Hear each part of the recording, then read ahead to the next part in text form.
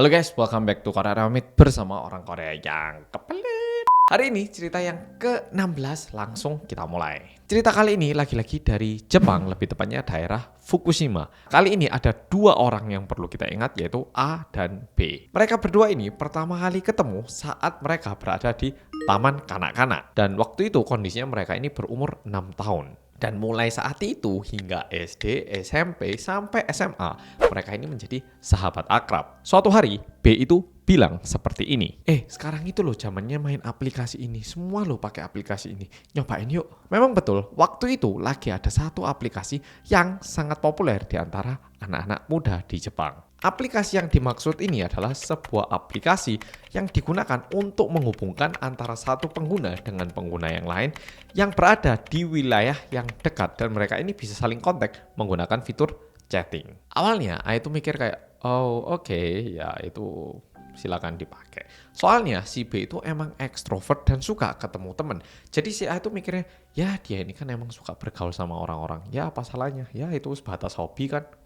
Silahkan. Tetapi buat si B, aktivitas ini bukan cuma sebatas hobi. Dan tampaknya si B ini bertemu dengan seorang laki-laki melalui aplikasi itu. Si B bilang seperti ini, tahu nggak sekarang ini lah aku lagi ketemu cowok. Cowoknya ini dia itu bilang kalau dia itu sekarang lagi kuliah di, ya tau lah ada satu universitas yang terkenal gitu di Tokyo. Kebetulan orang tuanya itu punya bisnis di sini di Fukushima. Nah makanya dia itu lagi ke sini. Jadi ketemu sama aku. Si B bilang seperti itu. Nggak pagi, nggak siang, nggak sore, nggak malam. Si B itu terus-menerus chatting dengan laki-laki yang dia kenal melalui aplikasi itu. Dan setiap kali A ketemu si B itu selalu cerita tentang laki-laki yang dia temui lewat aplikasi ini. Ya mungkin lagi suka atau gimana. Lumayan normal, tapi kayak ceritanya itu tentang si cowok itu terus. Entah kenapa si A yang mendengarkan cerita ini, dia itu merasa kayak, tapi kok ada yang aneh ya kayaknya. Kayaknya si cowok ini sedikit gimana gitu loh, kayak nggak ada bukti, nggak ada hal yang aneh, tapi ada kayak firasat buruk gitu loh. Si A yang selalu mendengarkan cerita si B, dia itu memiliki perasaan kayak mungkin cowok yang sekarang dimaksud sama si B ini bisa jadi cowok yang berbohong seperti laki-laki lainnya yang mereka ini berusaha untuk bertemu dengan cewek-cewek remaja. Karena si A itu merasa nggak enak kalau cuma didiamkan, si A itu juga bilang ke si B, tapi kamu ya nggak apa-apa sih ketemu, tapi hati-hati ya. Tapi setiap kali si A bilang gini, si B itu bilangnya, enggak, dia itu loh bukan cowok yang kayak gitu. Kamu itu jangan salah sangka, dia itu bukan orang kayak gitu. Kamu nggak kenal sih, dia itu nggak kayak gitu kok. Dan suatu hari si B bilang kayak gini, akhirnya aku ketemu loh sama cowok itu. Beneran, kamu ketemu sama cowok itu? Ya iyalah ketemu beneran, dan kali ini kamu salah, tahu nggak? Cowoknya itu udah baik banget, ramah banget, sangat berpengertian, udah gitu, cakep banget cowoknya. Untung aja cowoknya itu bukan cowok jahat. Ya tapi kamu kan baru ketemu sekali, tetap hati-hati loh, jangan terlalu kayak gimana gitu, tetap waspada, oke? Aduh, iya bu, duh kamu ini cerewetnya udah kayak mama aku. Iya, aku tak waspada. Dan setelah itu ternyata si B tetap bertemu dengan cowok itu beberapa kali. Dan setiap kali si B bertemu dengan cowok itu, pasti dia itu pergi makan makanan yang enak, kalau enggak nonton film di bioskop, kalau enggak mereka itu berjalan sambil bercerita-cerita kayak sepasang kekasih yang pacaran. Dan hingga saat itu pun sebenarnya si A itu merasa ada yang mengganjal. Tapi ngelihat temannya si B yang bahagia, ya apa yang bisa dia perbuat? Jadi ya udahlah. Dan satu hal lagi yang bikin si A itu nggak enak untuk menyampaikan adalah si B sebenarnya beberapa tahun yang lalu dia itu baru saja kehilangan ibunya.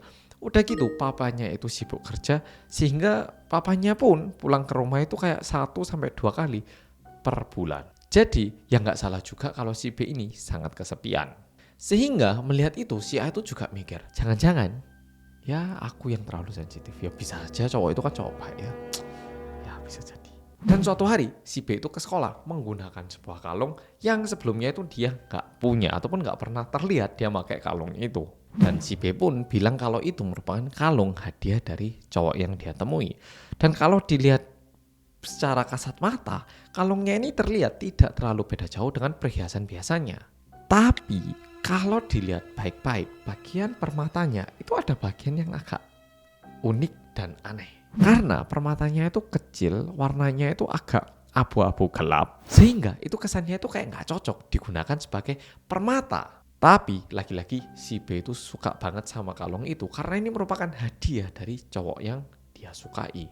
Tapi besoknya si B ini ke sekolah, tapi mukanya ini agak gelap kali ini. Si A langsung tanya, ada apa? Kamu kenapa toh? Dia tiba-tiba hilang, di chat juga nggak balas, di telepon juga nggak diangkat. Hah? Tiba-tiba gitu? Kamu udah nyobain ke rumahnya? Kalau nggak ini kan katanya orang tuanya punya bisnis, ke tempat bisnisnya itu udah nyobain, ke tokonya gitu. Aku nggak tahu alamatnya sih. Dan aku sebenarnya lo nggak paham. Kemarin waktu aku ketemu, aku udah nunjukin dia, aku pakai kalung ini. Dia itu lo suka banget, tapi nggak tahu kok tiba-tiba dia itu ngilang kayak gini, nggak bisa dihubungi. Padahal beneran loh, dia tuh seneng banget lihat aku pakai kalung hadiah dari dia. Oh, kalau gitu ya cobalah tunggu beberapa hari dulu, jangan sedih dulu. Sabar, tunggu aja beberapa hari. Siapa tahu dia ada urusan penting atau gimana gitu, ya kan? Sabar. Tetapi besoknya, terus lusa, cowoknya ini tetap tidak menghubungi si B. Dan di hari ketiga setelah cowok ini tidak menghubungi si B ini juga mulai tidak masuk sekolah. Karena si A ini khawatir, dia telepon ke si B dan tanya, kamu kok gak masuk sekolah kenapa? Dan ternyata si B bilang kalau badannya itu lagi gak enak dan bisa jadi dia itu gak masuk sekolah beberapa hari ke depan ini. Dan di weekend minggu itu si A itu memutuskan untuk pergi ke rumahnya si B menjenguk. Nah, waktu dia ke rumahnya dan membuka pintu kamarnya, si A itu kaget banget karena si B itu udah sangat kurus ternyata.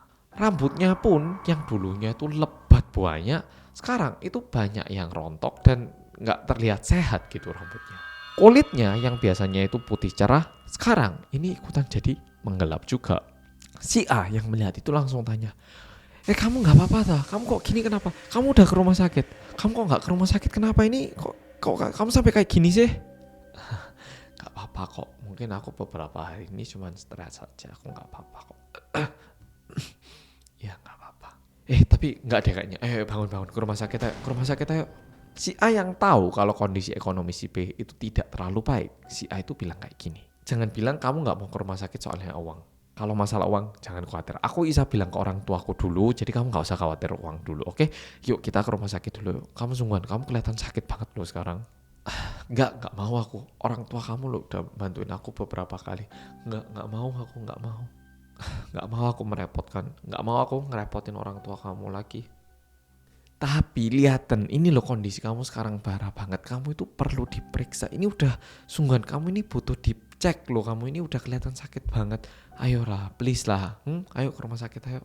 Iya, tapi besok papaku pulang kok. Jadi nggak apa-apa, aku tunggu papaku pulang aja, oke? Besok papaku udah pulang. Besok tuh lo tanggal pulangnya papaku, oke? Jadi besok aja ya. Oh, ya udah.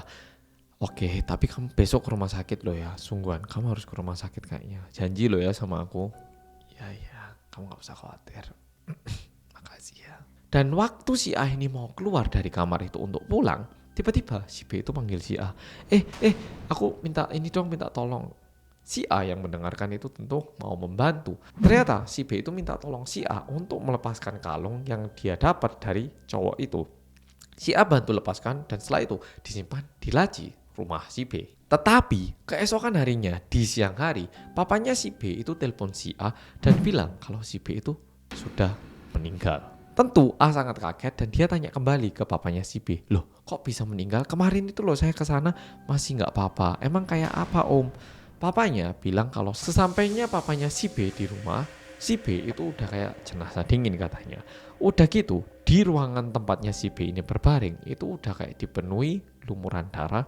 Seolah-olah darah ini keluar dari lubang hidung dan juga mulutnya si B. Si B pun akhirnya dimakamkan dan si A harus melalui hari-hari yang menyedihkan.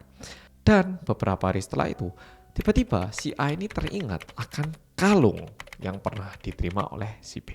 Kayak kebetulan pada waktu itu si A juga merasakan kayak jangan-jangan kalung ini bukan kalung biasa. Kayak ada firasat buruk lagi. Si A akhirnya minta izin ke papanya B untuk ke rumahnya dan juga mengambil kalung yang ada di laci, ya tempat terakhir si A letakkan. Si A langsung lari ke pamannya karena pamannya kebetulan punya toko perhiasan dan tanya, ini emang perhiasan apa om? Om yang menerima kalung itu, dia lihat warnanya agak abu-abu.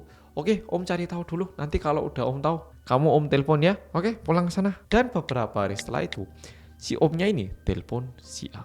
Kamu kok bisa terima kalung kayak gini dari mana ini? Hah? Emang kenapa Om? Ya itu kalung kenapa Om? Emang ada yang aneh? Ini kalung, kamu tahu nggak dari mana? Kamu dapat dari mana ini kok bisa dapat kalung kayak gini ya? Bilang kamu. Hah? Emang kenapa Om? Kalungnya itu kenapa Om? Ini kalung, ini bukan permata. Ini uranium. Kamu tahu nggak uranium?